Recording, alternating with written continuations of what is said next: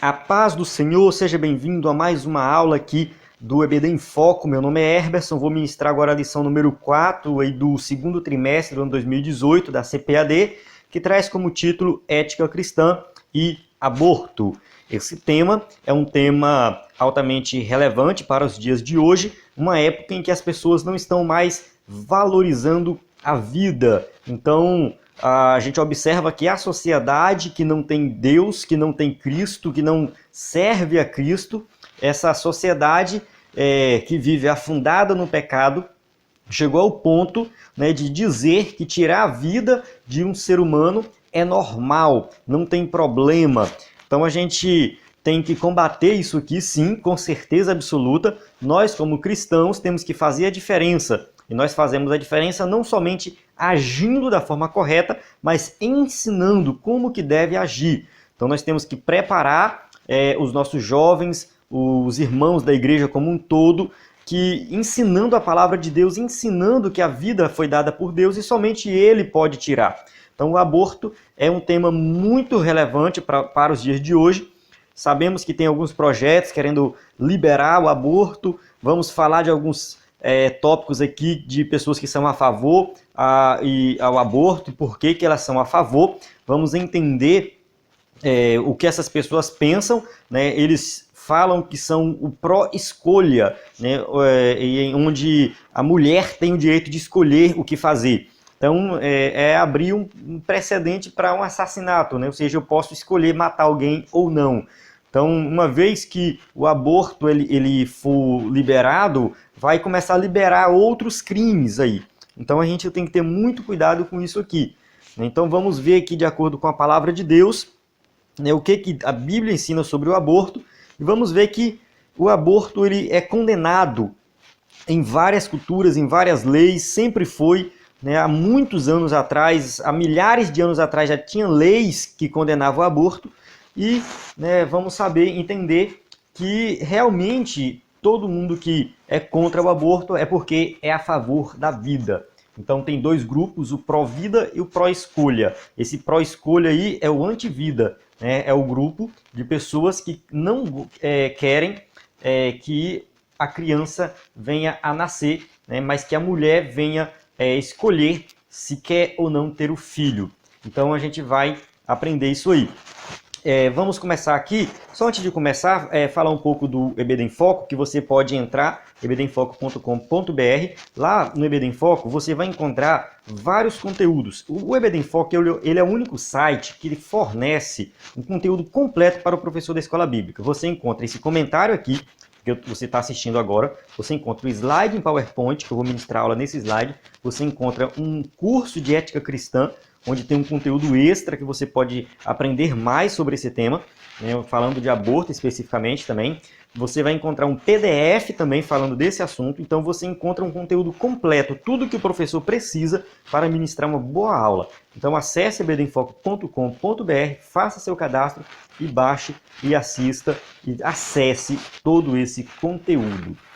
Começando aqui, o textuário diz o seguinte: os teus olhos viram o meu corpo ainda informe no teu livro, e no teu livro todas estas coisas foram escritas, as quais iam sendo dia a dia formadas, quando nem ainda uma delas havia. Salmo 139, 16. O Senhor Deus é quem concede a vida, portanto, o direito de nascer e de viver não pode ser violado pelas ideologias humanas. Sabemos que Deus ele é o dono da vida, então é Ele que tem o poder de dar e tirar a vida. Então o ser humano quer criar ideias, ideologias e colocar isso como correto, como algo que tem que ser feito, mas ele não é nada, o ser humano não é nada, mas Deus é tudo. A leitura bíblica em classe se encontra em Salmo 139, de 1 a 18. É um salmo muito bonito, onde o salmista aqui vai falar da onipresença, da onisciência de Deus.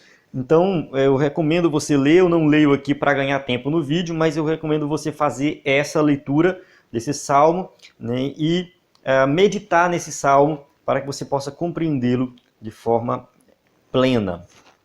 Introdução. Vamos lá.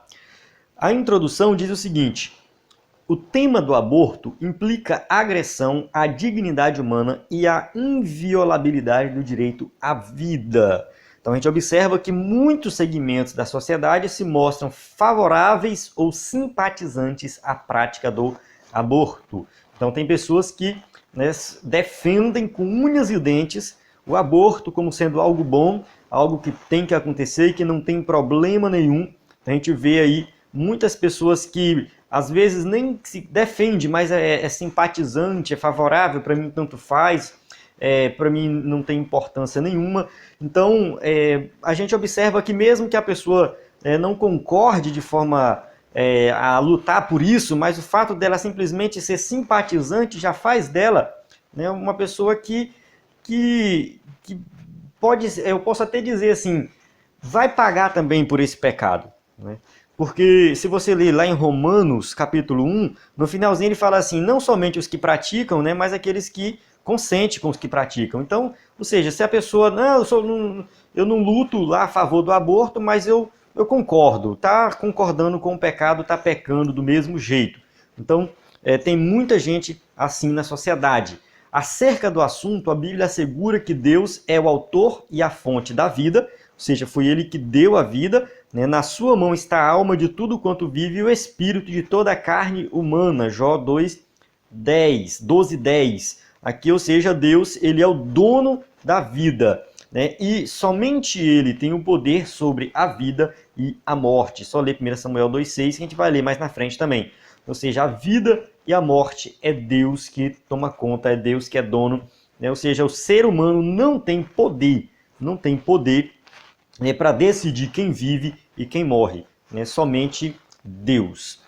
Nesta lição, abordaremos o conceito de aborto, o embrião e o feto como seres humanos, os tipos de aborto e suas implicações éticas. Então nós vamos ver tudo isso aqui nessa aula. Espero que você possa compreender. Eu aconselho você a assistir a aula até o final, porque por mais que você fale, a Bíblia condena o aborto e ponto final, isso é muito simples, mas nós temos que ver os argumentos das pessoas que são a favor e temos que ver os argumentos da Bíblia para combater essa ideologia. Aborto, conceito geral e bíblico. O conceito geral de aborto. A palavra aborto é formada por dois vocábulos latinos. Então a gente observa aí que o aborto ele é ab, né, e ortus. Ab de privação e ortus de nascimento. Então o significado etimológico da palavra, né, privação do nascimento. Então o aborto é a interrupção do nascimento por meio da morte do embrião ou do feto. Né? Ou seja, aqui a definição de aborto é quando interrompe a gravidez, né, da mulher e aquele bebê que está lá dentro ele morre. Então a gente observa que isso pode acontecer de forma involuntária ou provocada. Né? Ou seja, pode ser involuntário, pode, acontece. Aborto involuntário acontece, às vezes alguma complicação da gravidez, a mulher acaba abortando. Então é uma situação, mas pode ser provocado, onde a mulher decide praticar o aborto. É importante nós ressaltarmos aqui que nós temos leis sobre isso, mas se nós formos observar, muitas vezes as leis não são cumpridas. Eu vou falar disso mais na frente, a gente vai chegar nesse ponto falando das leis. Mas a questão do aborto hoje, né, qualquer pessoa acaba cometendo isso aqui. Qualquer pessoa hoje que quiser abortar, aborta. E acaba que no final das contas não acontece nada com ela. Então eu quero deixar na tua mente aqui, antes de chegar nesse ponto, só instigar você a pensar um pouquinho. O que nós podemos fazer pelas mulheres que querem abortar? Será que essa mulher não está precisando de uma ajuda? Será que não está precisando de uma palavra? Será que a igreja não poderia ajudar essa mulher? E a mulher que abortou, será que ela não se arrependeu? Será que ela também não está precisando de ajuda? Então começa a pensar nisso. Eu vou falar mais na frente desse assunto, mas começa a pensar nisso. A gente vê que o aborto é algo cruel, é algo ruim, mas nós temos que olhar também para a mulher que está praticando o aborto e quem sabe ela também está precisando de ajuda. Então vamos, mais no final, falar desse tema. Aborto no contexto legal. O Código de Hammurabi condenava o aborto. Esse código ele tinha algumas leis. O Hammurabi é um rei lá da Suméria, se não me engano. Ele esse rei, ele escreveu, se eu não me engano, 218 leis, né? Ou seja, 218 leis, só ressaltando aqui que nessas leis que ele falava, algumas delas falavam de aborto, lá tinha leis tanto para casos de aborto intencional e não intencional. Até quando o aborto era não intencional, a mulher tinha alguma complicação e abortava, ela sofria alguma penalidade. Então eles eram bem rigorosos com relação a isso. Esse rei, ele foi bem rigoroso e colocou aí leis que realmente preservavam a vida. Então eram povos pagãos, não eram povos que serviam a Deus, mesmo assim eles tinham esse pensamento de que a vida tem valor. Então aqui, leis para todo tipo de aborto. Isso que mais de 3.000 anos atrás. O Código de Napoleão também trata o aborto como um crime hediondo. Napoleão, a gente estudou na aula anterior sobre a Revolução Francesa, falamos um pouco da Revolução Francesa, né? E esse código veio logo depois, né, da Revolução Francesa, e aí a questão toda é que, né, eles colocaram na lei tratando o aborto como crime hediondo. E o Código Criminal do Império do Brasil também proibia o aborto, né, e a mulher que cometia o aborto ela era presa e condenada a trabalho forçado. A pessoa que também fazia o aborto, o médico lá que abortava, ajudava a mulher, também era condenado a trabalho forçado. Então, o aborto, poucas vezes na história da humanidade, ele foi visto como algo bom, né? Na verdade, os gregos, eles defendiam o aborto, principalmente quando a criança, enfim, até quando a criança nascia, na verdade, com defeito, eles matavam a criança porque eles estavam procurando pessoas, né, perfeitinhas ali. Então o aborto, ele para um período lá da Grécia, ele foi considerado algo bom. Mas tirando a Grécia, todos os outros povos, todas as outras leis conhecidas condenavam o aborto. Então o aborto sempre foi visto como algo ruim, né? E hoje a legislação brasileira permite o aborto em 3 situações. A primeira, risco de morte à mulher. Então, caso a mulher esteja ali com a complicação da gravidez, correndo o risco de morrer, aí sim o médico pode praticar ali o aborto, tirar a criança, né, e salvar a mulher. A anencefalia, que é quando a criança nasce com um problema, a questão do cérebro dela não vem completo, né, ou seja, ela é uma criança que realmente ela vai morrer depois do tempo que nasceu, de que ela nascer, ela vai realmente morrer, não consegue sobreviver há muito tempo, mas é um caso também que a gente vai falar lá na frente, dar exemplo de casos de crianças que sobreviveram. Então essa anencefalia é uma complicação que realmente a lei brasileira permite, caso a mulher queira, né, abortar, não tem problema nenhum. E o estupro, né, no caso de estupro, se a mulher falar que foi estuprada, ela pode engravidar, ela pode abortar. Nós vamos falar desses 3 casos aqui, né, e ver as implicações éticas disso aqui, baseadas na palavra de Deus, né? Será que Deus aprova cada um desses casos ou não? Será que se um cristão, uma mulher cristã foi estuprada, será que ela pode ir lá e abortar? Será que uma mulher cristã que tem um filho que foi detectado que ele é anencéfalo, será que ela pode abortar? Então vamos olhar essas situações à luz da Bíblia também. Nos demais casos, o aborto ainda é crime. Então, ou seja, a mulher que provoca o aborto, né, ou uma pessoa que pratica o aborto em outra pessoa, é um crime de detenção de 1 a 3 anos. Então, ou seja, o aborto, né, nos outros casos, é crime no Brasil. Agora a pergunta é o seguinte: você conhece alguém que foi preso porque abortou?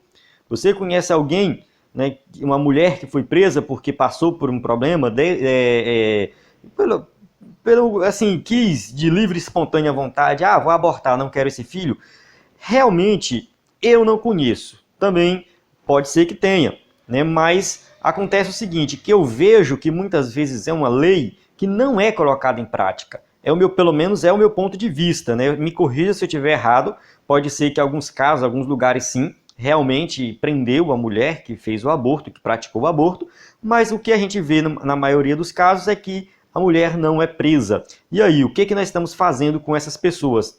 Né? A gente só pensa assim, é errado e tal, tudo mais, a lei diz que tem que estar presa, mas será que ela não está precisando de uma ajuda psicológica? Será que ela não está precisando de uma ajuda espiritual? Né? Então, o que fazer com essa mulher? Eu vejo pouca gente preocupada com a mulher que pratica o aborto no lado psicológico dela, na ajuda que ela está precisando. E quem sabe, até mesmo antes dela praticar, se essa mulher tivesse ali recebido alguma ajuda psicológica e espiritual, ela não teria praticado o aborto. Então, o que eu vejo muitas vezes que falta na nossa sociedade é a conscientização. Né? A mulher que quer abortar, ela não tem com quem falar, ela não tem a quem recorrer. Não existe nenhum órgão, não existe nada que fala assim, olha, vem aqui com a gente que nós podemos lhe ajudar no que for necessário. Porque muitas vezes ela pode estar preocupada, não tenho condição de criar esse filho, então vou abortar. Mas aí ela poderia procurar um lugar que fala, não, mas alguém pode adotar essa criança. Né? Ou seja, em algumas situações, né, há muitas situações que a mulher quer abortar porque ela não tem condição, é pobre, ou muitas vezes quer esconder a gravidez, né? Ou seja, se engravidou, muitas vezes é até alguém crente, que, né, cometeu o pecado de fornicação, e aí agora tá com vergonha, e aí no lugar da igreja acolher essa pessoa, aconselhar, né, ela fica observando que a igreja vai apedrejar, que a igreja vai falar mal dela, que vai sujar o nome dela, e o que ela faz? Ela procura uma clínica clandestina para abortar, sem contar nada para ninguém, acaba que ninguém fica sabendo, e lá ela pode até acontecer dela se contaminar e morrer, e ser algo muito pior. Então a gente tem que parar para pensar um pouco, né, não somente no crime em si, é crime, tem que ser preso e tal. Não, peraí, será que essa pessoa não precisa de ajuda? Então nós temos que olhar também por esse lado. A igreja também tem que abrir um pouco para isso, né, vai que tem alguém ali assistindo a sua aula que pensa em abortar, vai que tem alguém lá no culto de domingo à noite que está pensando em abortar. Será que se a igreja não dizer, né, que olha, nós estamos aqui para lhe ajudar no que for preciso, no que for necessário, quem sabe essa pessoa não se abre, né, e vai lá e conta o seu problema e o problema é resolvido. Então eu digo isso porque já aconteceu comigo, de uma amiga minha chegar a falar que ia abortar, né, e ela já tinha vários filhos e nenhum ela cuidava, um era o pai, outro era a avó, enfim, ela aprontava um pouquinho também, né? Mas aí quando ela engravidou desse outro filho, ela falou que ia abortar e eu escutei ela falando, chamei ela, conversei, falei para não fazer isso, caso ela precisasse de ajuda, podia procurar alguém para adotar, a gente dava um jeito de realmente ela aceitou meu conselho, não abortou e alguns anos depois eu encontrei ela, né, já não tinha mais contato com ela, ela me agradeceu pelo que eu fiz por ela e ela falou que é o filho que ela mais ama, né? E parece que é o único que ficou com ela, que os outros, né, são cuidados por outras pessoas. Então, eu fiquei feliz com isso, né? Ou seja, a minha atitude de conversar com ela sobre o assunto salvou uma vida e agora tem, né, um menino que ela ama muito. Então, pode ser que a pessoa está precisando de ajuda, então vamos pensar também por esse lado. Nós sabemos também que o Congresso Nacional, ele quer, né, tem algumas leis tramitando por lá, né, que para liberar o aborto em qualquer situação. Né? E um dos argumentos que as pessoas que fazem essas leis usam é o seguinte, é que como o aborto ele é proibido, né, as mulheres que vão abortar procuram clínicas clandestinas, como eu dei no exemplo anterior, e lá nessas clínicas elas podem sofrer complicações e até morrer. Então eles falam algumas estatísticas de mulheres que morreram em clínicas clandestinas abortando. E de fato, essas pessoas que vêm com esse argumento, eles não estão de tudo errado, né, por completo, porque realmente é isso que acontece. Qualquer pessoa, qualquer mulher que quiser abortar, hoje ela aborta.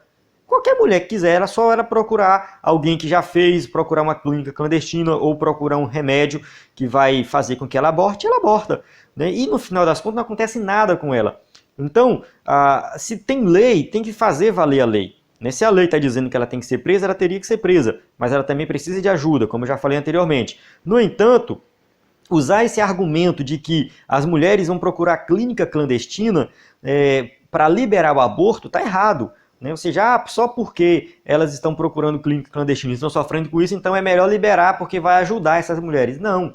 Né? É claro que elas precisam de ajuda, mas não uma ajuda para abortar, uma ajuda para não abortar. Eu sou a favor de aprovar uma lei que venha ajudar a mulher a não abortar, criar um sistema, um departamento dentro do hospital para conversar com essas mulheres, não sei, alguma coisa que venha ajudar ela a não abortar. Agora, usar esse argumento só para dizer que as mulheres estão sofrendo, então tem que liberar o aborto, está errado isso aí. Né? Então a gente tem que ter muito cuidado com essas leis e orar para essas leis não serem aprovadas lá no Congresso. O conceito bíblico de aborto. Na lei mosaica, provocar a interrupção da gravidez de uma mulher era tratado como um ato criminoso. Então aqui, essa passagem de Êxodo vai falar, né, de uma confusão. Vou ler aqui, né? Se alguns homens pelejarem e um ferir uma mulher grávida, ou seja, está uma briga lá e tal, e ferem uma mulher que está perto, uma mulher grávida, e for causa de que aborte, porém não havendo outro dano, certamente será multado, conforme o que lhe impuser o marido da mulher, e julgarem os juízes. Mas se houver morte, então darás vida por vida. Esse versículo aqui, na NVI, ele é mais claro, né? Era para eu ter colocado a NVI aqui. Eu aconselho você ler na NVI, porque na NVI deixa mais claro o seguinte, que aqui o dano ou a morte é com a criança, viu? Ou seja, se tiver uma briga, uma confusão e a mulher dá à luz antes do tempo, a criança nasce, né? A palavra usada aqui, aborte, está relacionada mais no sentido de nascer, né? A criança nascer e não morrer. Ela nasce antes do tempo e não morre, será multado. Mas caso venha a morte, né, ou seja, a morte da criança e não da mulher, né, dará vida por vida. Então, esse versículo, ele muitas vezes é usado por pessoas que defendem o aborto. Segundo essas pessoas, eles pegam esse versículo e falam assim, aqui ele está falando que se por acaso a mulher abortar, só acontece uma multa. Agora, se acontecer a morte da mulher, aí é vida por vida. Né? Só que tá errado isso aqui, porque eles estão falando assim, olha só, o aborto é só tratado como uma multa e a morte da mulher é tratado com a vida da outra pessoa. Então, olha só, o feto aqui, né, ele tem muito menos valor que a vida da mulher. Mas não é isso que esse versículo está dizendo. Por isso que eu aconselho você a ler na NVI, e era para eu ter colocado aqui na NVI, eu fiz só esquecer mesmo. É que na NVI está mais explicado que aqui está falando, os dois casos é da criança. Um caso, a criança nasce e não morre, e aí é uma multa. Outro caso, a criança nasce antes do tempo e morre. Acontece realmente o aborto, e aí é vida por vida. Então esse versículo ele condena o aborto. Então no 6º mandamento também, o homem foi proibido o quê? De matar. Tá lá, não matarás. Então não matarás aqui é consenso de todo mundo que está se referindo também ao aborto, né? Ou seja, tirar uma vida, matou uma criança. Então, não matarás vale também para o aborto. Então, assim, quem mata o embrião ou o feto, peca contra Deus e peca contra o próximo. Então, é um pecado gravíssimo isso aqui. Então, cometer aborto é pecado, e as pessoas que cometem esse tipo de pecado, elas vão sofrer por causa disso. Elas vão sofrer as consequências. Tem perdão? Tem perdão, sim. Jesus morreu por todos, então quem crê em Jesus vai ser salvo, independente do pecado que cometeu. Então, se a pessoa abortou, ela vai lá, clama o sangue de Jesus, pede perdão, arrepende do que ela fez e realmente ela vai ser perdoada. Mas caso ela não faça isso, ela vai pagar um preço muito alto, tanto aqui na terra, quanto depois da morte. Sabemos que essas pessoas serão condenadas, elas serão julgadas e condenadas, e elas sofrerão, né? Ali Jesus fala de algumas passagens do bicho que nunca morre. Então a consciência delas vai estar sempre remoendo aquilo ali. Então elas nunca vão esquecer, né, o aborto que ela fez, a vida que ela tirou, aquilo vai ficar remoendo na sua mente eternamente. É um sofrimento eterno por causa disso. Então, é um pecado que tem perdão, mas caso a pessoa não se arrependa, ela sofrerá a eternidade com esse pecado. Aborto na história da igreja. O ensino dos 10 apóstolos do século I, chamado de Didaquê, condena o aborto. Então, Didaquê era um documento escrito pelos apóstolos, segundo a tradição, onde era usado para ali ensinar as pessoas da época também. Né? Ou seja, as pessoas eles tinham aquele documento como ensinamento dos apóstolos para a vida. E lá dentro desse documento tem: não matarás o embrião por aborto e não farás perecer o recém-nascido. Didaquê 2:2. Então aqui a gente observa o seguinte, que dentro desse documento, que não é considerado um documento inspirado, mas era um documento usado na igreja primitiva, ele vai estar lá bem claro que o aborto é condenado.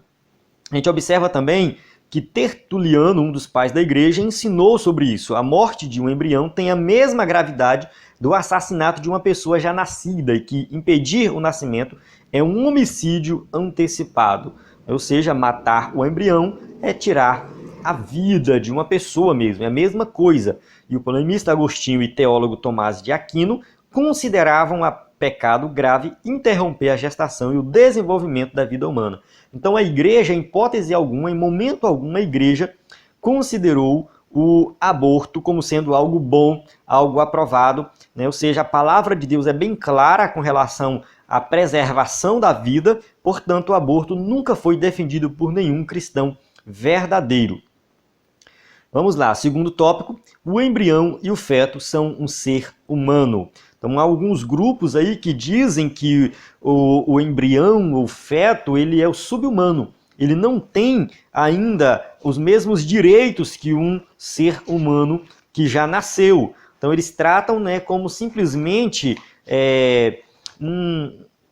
alguns grupos falam que é um humano em potencial. Não, ele é humano em potencial. Ele tem potencial para se tornar humano.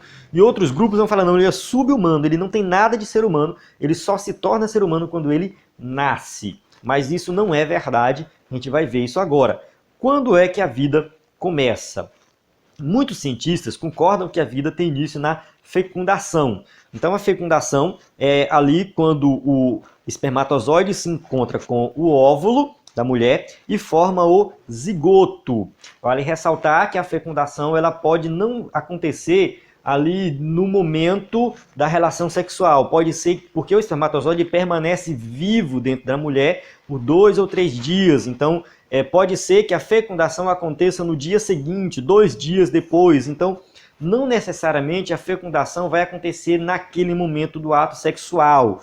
Então pode ser que aconteça depois. Mas uma vez que aconteceu, forma o que chama de zigoto, e as células começam a se dividir, e aí já é a vida, já é o ser humano, já aconteceu a fecundação, então já é uma vida. Tirar isso aí, tirar esse zigoto, já está matando alguém. Outros defendem que a vida inicia com a fixação do óvulo fecundado no útero, ou seja, depois de um tempo que ele é fecundado, ele vai se fixar no útero. Então, ou seja, aqui ele recebe o nome de embrião. Quando ele é o zigoto, ou seja, a primeira fase do zigoto. Fecundou, começou a dividir as células, é a primeira fase que é o zigoto. Depois vem o embrião, quando ele fixa no útero da mulher, e ali ele começa a desenvolver realmente de forma segura. Então alguns dizem que a vida começa aqui, outros apontam o começo da vida por volta do 14º dia. O que acontece nesse 14º dia? Acontece a formação do sistema nervoso. Então as primeiras ondas cerebrais, a criança já começa a realmente tomar forma ali, Então é um período bem no início mesmo, 14º dia, e alguns defendem a ideia que aqui começa a formação do cérebro e por esse motivo começa a vida. É um argumento também de alguns grupos. E tem ainda os que indicam o começo da vida quando o feto tem condição de se desenvolver fora do útero, quando ele já chega ali na 25ª semana de gestação, que ali se acontecer algum problema, segundo os especialistas, ele pode desenvolver fora, colocar ali numa incubadora, enfim. Procedimento médico já não é minha área aí. Mas existe essa possibilidade, então alguns dizem que somente aí é que ele se torna realmente um ser humano, a vida começa aí nessa fase da gestação. Mas o que a Bíblia diz? Né? Como as respostas humanas têm sido controversas, né? Ou seja, a gente acaba olhando para o que o ser humano fala, um fala uma coisa, outro fala outra coisa, outro fala outra coisa, vamos ver o que, né, a palavra de Deus diz, que é a revelação divina. É aqui que nós temos que procurar a verdade. A palavra de Deus, ela ensina que a vida inicia na fecundação. Como eu falei inicialmente, a fecundação, quando ali o espermatozoide se encontra com o óvulo, né, acontece a vida. Antes que te formasses no ventre, te conheci, e antes que saísses da madre, te santifiquei. As nações te dei por profeta. Jeremias 1,5. Aqui a gente observa que Deus já considerava Jeremias uma pessoa antes dele estar ali formado dentro do ventre. Então a vida de Jeremias começou lá na fecundação. É o que a Bíblia ensina. O rei Davi descreve sua existência como ser vivo desde o início da concepção. Ele fala o seguinte: os teus olhos viram meu corpo ainda informe, e no teu livro todas estas coisas foram escritas, as quais iam sendo dia a dia formadas, quando nem ainda uma delas havia. Salmo 139, 16. Lá dentro da plataforma da EBD em Foco vai ter um vídeo lá no curso de Ética Cristã, onde vai ser estudado esse Salmo aqui, 139. Nós vamos detalhar esse versículo, né? Mas o que a gente observa aqui é que o salmista ele está deixando bem claro aqui que a vida começa, né, com a união do gameta masculino e feminino, né? Ou seja, que é o espermatozoide e o óvulo. Né? Os teus olhos me viram meu corpo ainda informe, ou seja, ele estava lá dentro do útero, informe, não tinha forma ainda, né, de um bebezinho, foi fecundado. Então ali já era o rei Davi, né, já era Davi ali sendo formado, ou seja, a vida começou ali. Ou seja, a vida começou na fecundação, não foi algumas semanas depois, não foi depois que nasceu, mas foi na fecundação, porque é assim que fala a palavra de Deus. E qual a posição da igreja? A igreja de Cristo defende a dignidade humana desde a concepção. Então, ou seja, desde a concepção, a igreja de Cristo, quem serve a Deus, tem que ter isso em mente, que desde a concepção já é uma vida. Né? A mulher que descobriu que está grávida, ela já é mãe, ela não vai ser mãe. Ela já pode falar, eu sou mãe. Né? No Dia das Mães, ela já pode até ganhar presente do Dia das Mães, não vai ganhar do filho, né? Não tem condição de dar ainda, mas alguém pode dar para ela e falar aqui, parabéns, mamãe, você já é mãe. Né? Se você tem 2 filhos e a mulher engravidou de mais um, você pode falar, eu tenho 3 filhos. Né, descobri ontem que a minha esposa estava grávida, ou se você é a mulher, você fala, descobri ontem que estava grávida e eu já tenho 3 filhos, ou seja, 2 já nasceram e um ainda vai nascer, mas já é um filho, já é uma criança. Então esse tem que ser o posicionamento do cristão. Né? A igreja ensina que a vida humana é sagrada e não pode ser violada pelo homem. O Senhor é o que tira a vida e a dá, faz descer a sepultura e faz tornar a subir dela. 1 Samuel 2, 6. Então esse versículo foi citado na introdução e agora está aqui ele escrito por completo. Então é Deus que toma conta da vida, ele dá a vida e ele tira como ele quer. E a igreja também vai defender aí que toda ideologia que seculariza os princípios bíblicos deve ser combatida. Né? A lição ele cita um versículo que eu achei que não encaixava muito, a revista. Se você pegar a revista, olhar nesse tópico, eu achei que ele não encaixava muito, e eu dei uma pesquisada e vi esse versículo aqui de Tito, que fala quanto àquele que provoca divisões, advirta-o uma primeira e uma segunda vez, depois disso rejeite-o. Ou seja, alguém que vem trazendo para dentro da igreja ideologias, né, lá do mundo, essa pessoa tem que ser rejeitada, advertida e depois rejeitada. Então, ou seja, está secularizando os princípios bíblicos, não tem que permanecer. Ou seja, tem que se arrepender, né, e viver de acordo com a palavra. Se não fizer isso, a Bíblia é bem clara, rejeite-o.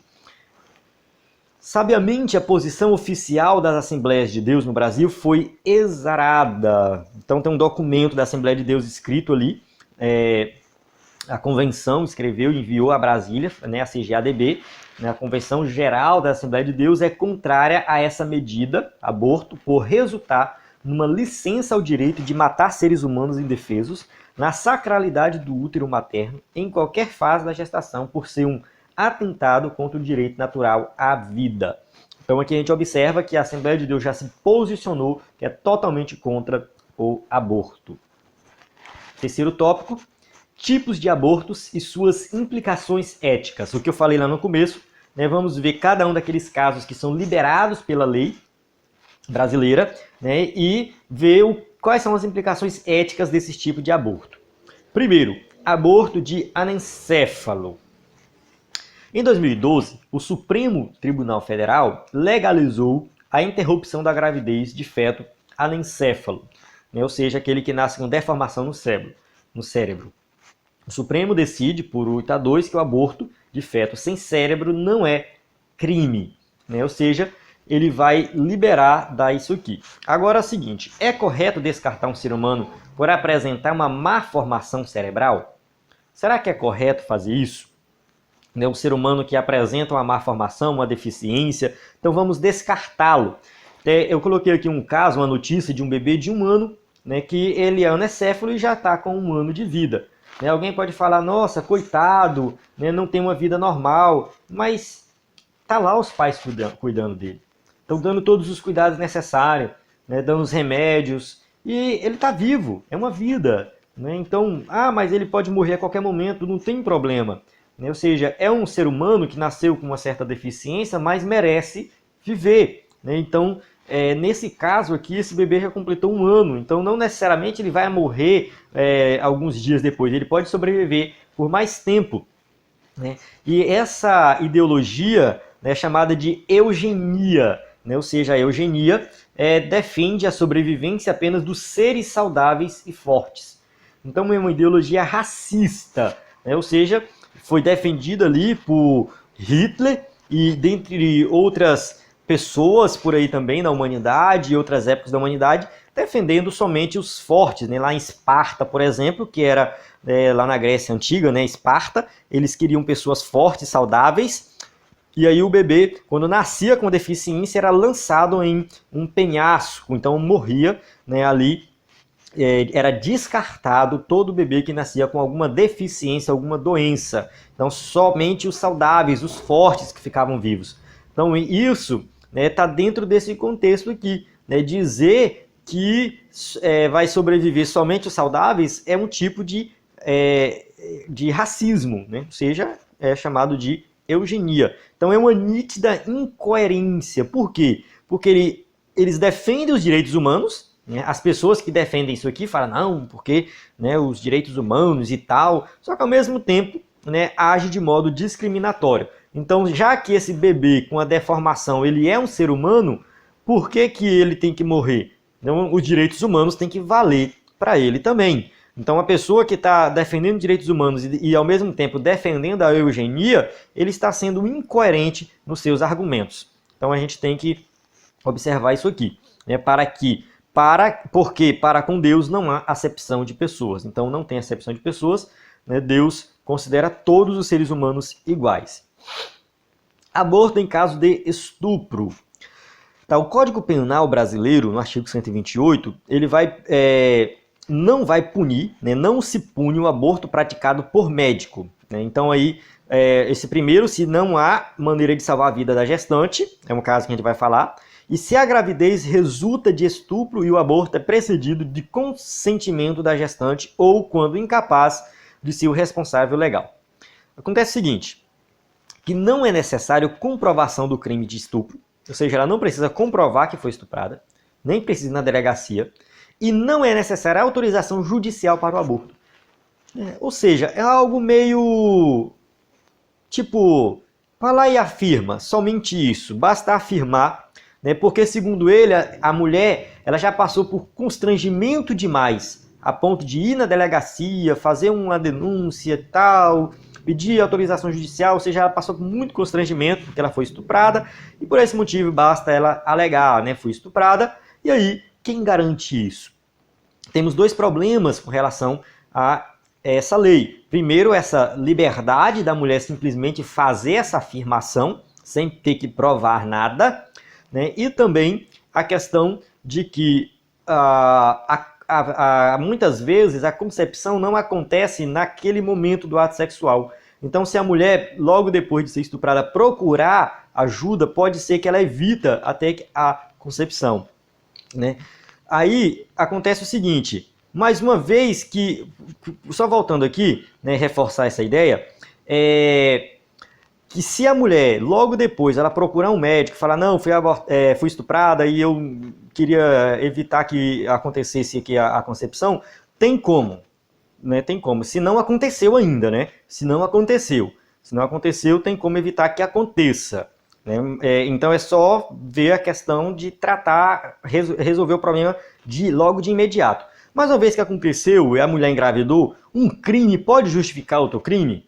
Ah, tô grávida, agora tenho que... fui grávida do estuprador, engravidei do estuprador, agora tenho que abortar, né? Ou seja, um crime justifica outro crime? Para os cristãos, o ensino bíblico é claro, não te deixes vencer o mal, mas vence o mal com o bem. Romanos 12, 21. Claro, muita gente fala assim, meu Deus, é um trauma. Só que assim, presta atenção, a mulher foi estuprada, ficou traumatizada, foi uma coisa horrível, foi coisa feia, claro, não é algo bom, ninguém está dizendo que isso aqui é bom. Aí ela vai e comete um aborto. Será que não vai ser muito pior saber que ela tirou uma vida, saber que ela matou uma pessoa? Então é um outro crime, né? Ou seja, agora ela pode até se identificar com o estuprador, porque ela acabou cometendo um crime também cruel. Então, assim, tem que ter muito cuidado com isso aqui, né? Mas e aí, o que fazer? O que fazer? Né? Existe a possibilidade de doar o filho para adoção, né? Ou seja, alguém pode adotar essa criança. Então existem outras maneiras por aí, né? Ou seja, tirar uma vida, biblicamente falando, em hipótese alguma vai ser algo bom, né? Ou seja, tirar uma vida, né, não vai ser algo bom, ainda mais de um inocente. A criança não tem culpa disso aí.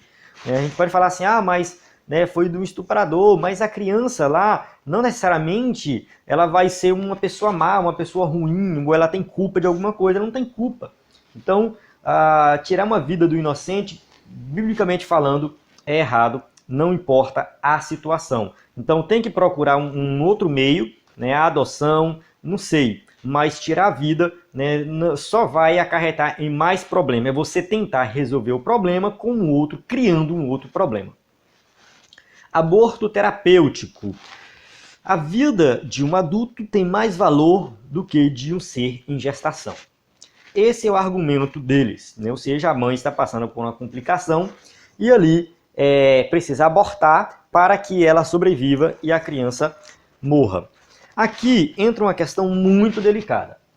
Se existir a certeza absoluta que a criança vai morrer, ou que existe ou seja, não existe a possibilidade da criança viver, a criança vai morrer. Então, realmente, não tem como, né? Porque se não tirar, vai morrer os dois. Então, é uma questão realmente de salvar a vida da mulher. Não é um aborto, não sei, vou matar aqui a criança. Não, porque se não tirar, morre os dois. Então, é melhor deixar a mulher viva. Mas tem algumas situações que a criança vai viver. E aí, uma pessoa merece viver e a outra não? É uma questão muito delicada. É uma questão muito delicada. Porque assim, falar assim, não, a criança com certeza absoluta vai viver. A mãe a gente não tem certeza se vive ou não. E aí? Né? Ou seja, mata a criança para a mãe sobreviver ou arrisca tirar a criança que vai viver e a mãe morrer? Então é uma situação complicada, mas acontece o seguinte, não é algo comum. Na maioria dos casos, morre os dois, se não tirar, viu? Então isso aqui é algo que quando chega nesse caso, nessa situação, se não tirar a criança, morre os dois. Então é melhor tirar, para que sobreviva pelo menos a mulher. E não é uma questão de, matou uma criança, assassinou. Mas se não tirasse, ia morrer os dois, ia morrer de qualquer forma, ia ser muito pior. Então a gente tem que tomar muito cuidado também com essa situação aqui. Tertuliano, em sua obra, Apologético, ensinava, não existe diferença entre uma pessoa que já tenha nascido e um ser em gestação. Os dois são iguais. Um não é melhor do que o outro. Não pode dizer que um é melhor do que o outro, dizer que um tem que viver e o outro tem que morrer, porque é um feto ainda, não merece viver. Mas assim, nas situações que acontecem na maioria dos casos em que a criança vai morrer também, então salva a vida da mulher. Outra questão é acerca do poder sobre a existência. Podemos decidir quem vai viver ou morrer? Não afirmam as escrituras que a vida e a morte são unicamente da alçada divina, que já foi lido, 1 Samuel 2,6, o Senhor é o que tira a vida e que dá, faz descer a sepultura e faz tornar a subir dela. Então, assim, é Deus que decide quem vive e quem morre. Agora, se existe, nesses casos, se existe a possibilidade realmente da criança viver, ou seja, a criança pode sobreviver, aí é uma outra situação, aí é uma situação realmente complicada. É uma situação complicada. Tentar salvar a vida dos dois é o que tem que ser feito. Mas se não tiver como salvar a vida dos dois, infelizmente, um vai ter que se salvar. Infelizmente, um vai ter que se salvar. E infelizmente, uma escolha tem que ser realizada. Eu não vou dizer aqui qual dos dois tem que acontecer. Mas se falar assim, ou sobrevive a criança ou sobrevive o adulto. E aí, o que fazer? Pense e reflita. Conclusão. A valorização da dignidade humana, o direito à vida e o cuidado à pessoa vulnerável são princípios e doutrinas imutáveis do cristianismo. Em uma sociedade secularizada, o cristão precisa tomar cuidado com o relativismo e estar alerta quanto às ações de manipulação de sua consciência e desrespeito à vida humana. Então a gente observa o seguinte, que nós não podemos abrir mão, em hipótese alguma, do direito à vida. Todo mundo tem direito a viver. Já foi ali fecundado o óvulo, já é uma vida, já tem direito, os direitos humanos já valem por ele, então ele já tem direito de viver. Só que essa sociedade que nós vivemos, que relativizam tudo, ou seja, até mesmo os direitos humanos são relativizados por eles que defendem os direitos humanos, então é uma confusão. Eles defendem direitos humanos, mas de repente eles começam a relativizar os direitos humanos e dizer que os direitos humanos não valem para um feto, um bebezinho que está dentro da barriga. Não vale para ele, só vale quando ele nascer. Então, eles começam a relativizar tudo. Por esse motivo, nós como cristãos temos que estar firmados nos princípios bíblicos, porque os princípios bíblicos eles não vão ser relativizados. Eles têm que estar firmes ali no que a Bíblia ensina, no que a palavra de Deus ensina. Infelizmente, muitos cristãos hoje concordam com o aborto, e aí entra aquela passagem de Romanos, que não somente os que praticam, mas os que concordam também são pecadores, Então muitos cristãos concordam, e eu já vi até pastor falar, que pode abortar, enfim. Então é uma outra situação, mas nós, como cristãos verdadeiros, não podemos nos deixar ser levados por essas ideologias que desconsideram a palavra de Deus. Temos que estar firmes na palavra de Deus, e quem é professor da Escola Bíblica Dominical tem a função, a responsabilidade de ensinar isso para seus alunos, e formar uma opinião baseada na palavra de Deus. Amém? Encerro aqui a aula. Vamos aqui para as perguntas, caso você use o slide na sua igreja, tem aqui as perguntas que você pode colocar lá para os seus alunos. A bibliografia, que é o livro de apoio, o EBD em Foco tem vários cursos, inclusive um curso de ética cristã que você pode acessar e se capacitar mais e mais. Enfim, acesse ebdemfoco.com.br, faça seu cadastro, baixe o slide, assista os cursos, que Deus possa lhe abençoar ricamente. A paz do Senhor, até a próxima aula.